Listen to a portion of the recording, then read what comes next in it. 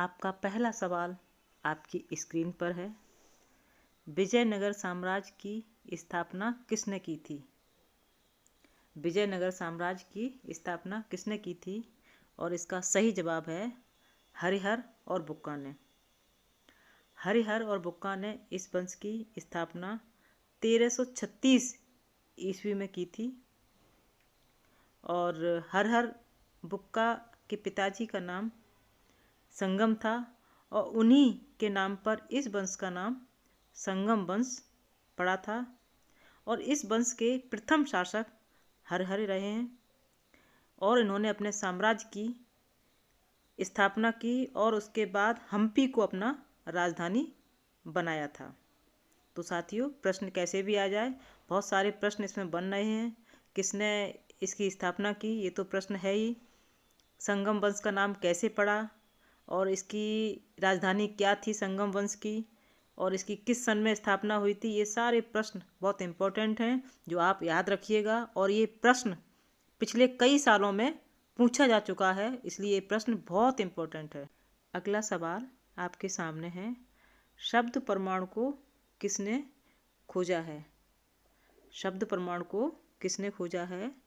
तो प्रमाण शब्द का प्रतिपादन डेमोक्रिटस द्वारा किया गया था और लगभग 400 ईसा पूर्व पहले शब्द प्रमाण की खोज किया गया था।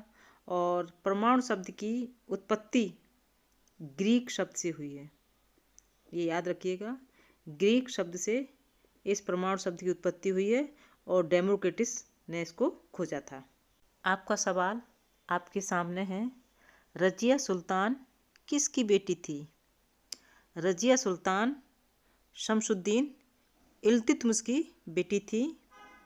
और कुछ इसके की पॉइंट डिस्कस कर लेते हैं अगर सवाल किसी और तरीके से आता है। रजिया सुल्तान ने दिल्ली की गद्दी पर 1236 से 1240 तक सिर्फ 4 साल तक राज किया, लेकिन इन 4 सालों में उन्होंने इतिहास रच दिया। वे देश की महिला शासक थीं।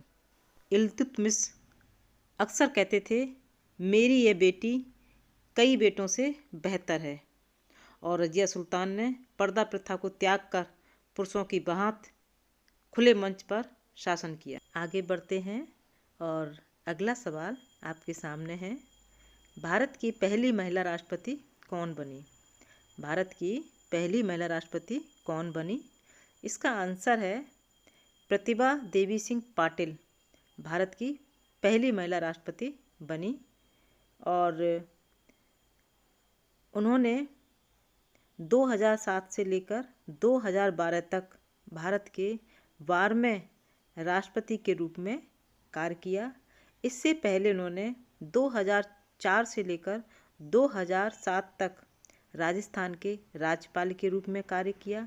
उसके बाद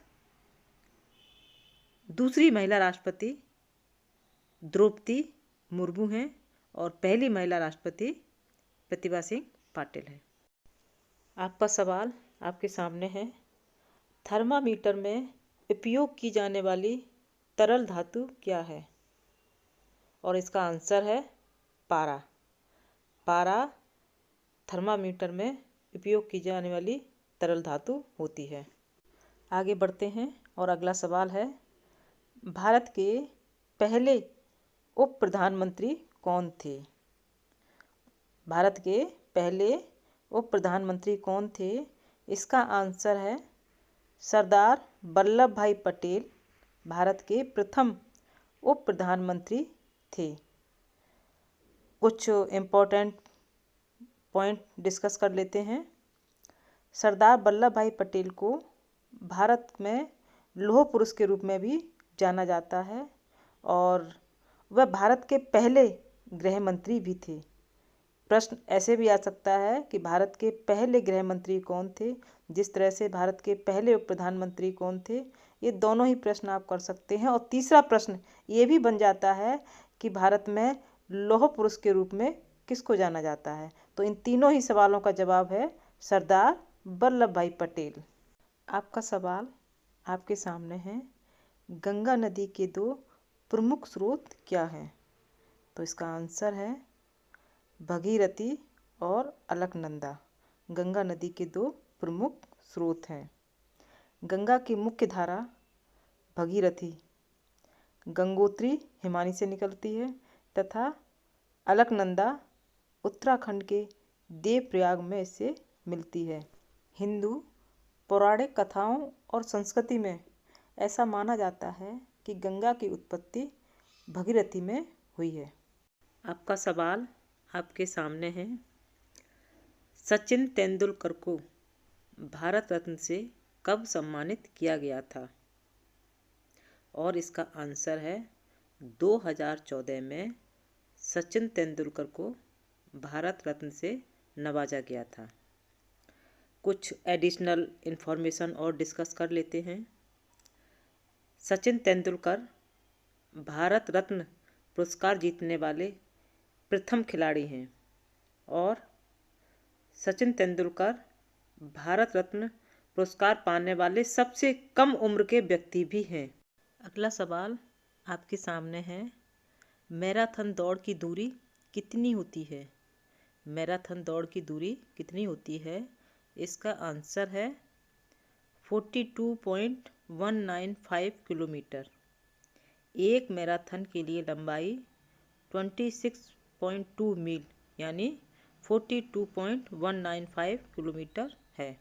आगे बढ़ते हैं और सवाल है, भारत ने किस वर्ष राष्ट्रमंडल खेलों की मेज़बानी की थी? तो इसका सही जवाब है 2010 में भारत ने राष्ट्रमंडल खेलों की मेज़बानी की थी। कुछ इम्पोर्टेंट पॉइंट्स हैं जिनको डिस्कस कर लेते हैं। किसी और प्रकार से प्रश्न आते हैं तो आप वो भी हल करने में सक्षम होंगे। यह पहली बार था जब भारत ने खेलों की मेज़बानी की थी और इस खेल में 71 राष्ट्रमंडल 71 राष्ट्रमंडल खेल संघों ने भाग लिया था, जिसमें भारत ने कुल 101 पदक जीते थे। कितने? 101 पदक जीते थे और उसमें 38 स्वर्ण पदक शामिल थे।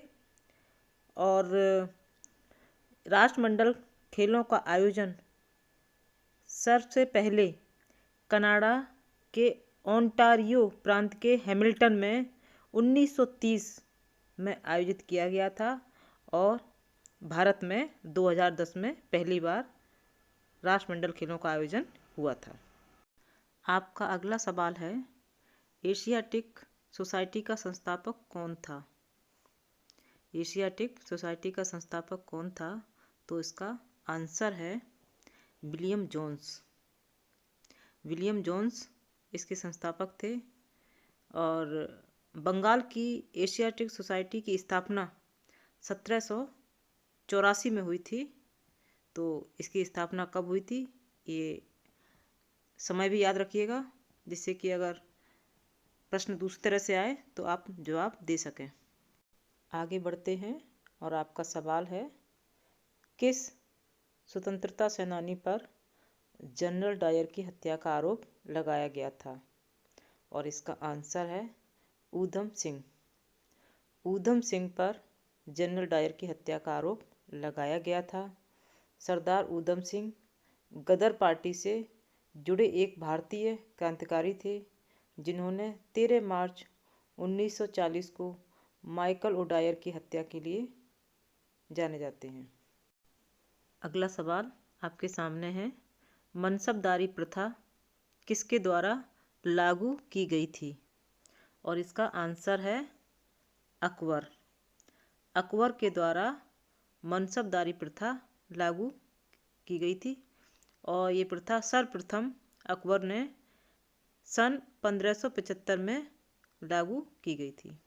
आपका सवाल आपके सामने है, शरीर में विटामिन डी की कमी से कौन सा रोग उत्पन्न हो जाता है? और इसका आंसर है रिकेट्स यानी कि सूखा रोग। रिकेट्स यानी कि सूखा रोग विटामिन डी की कमी से होता है। जब लंबे समय तक विटामिन डी की कमी होती है तब ये रोग उत्पन्न हो जाता है। आपका सवाल आपके सामने है, वेलूर मठ की स्थापना किसके द्वारा की गई थी? इसका आंसर है स्वामी विवेकानंद। स्वामी विवेकानंद के द्वारा वेलूर मठ की स्थापना की गई थी और ये वेलूर मठ भारत के पश्चिम बंगाल में हुगली नदी के पश्चिमी तट पर बेलूर में स्थित है और इसकी स्थापना 1887 में स्वामी विवेकानंद ने की थी।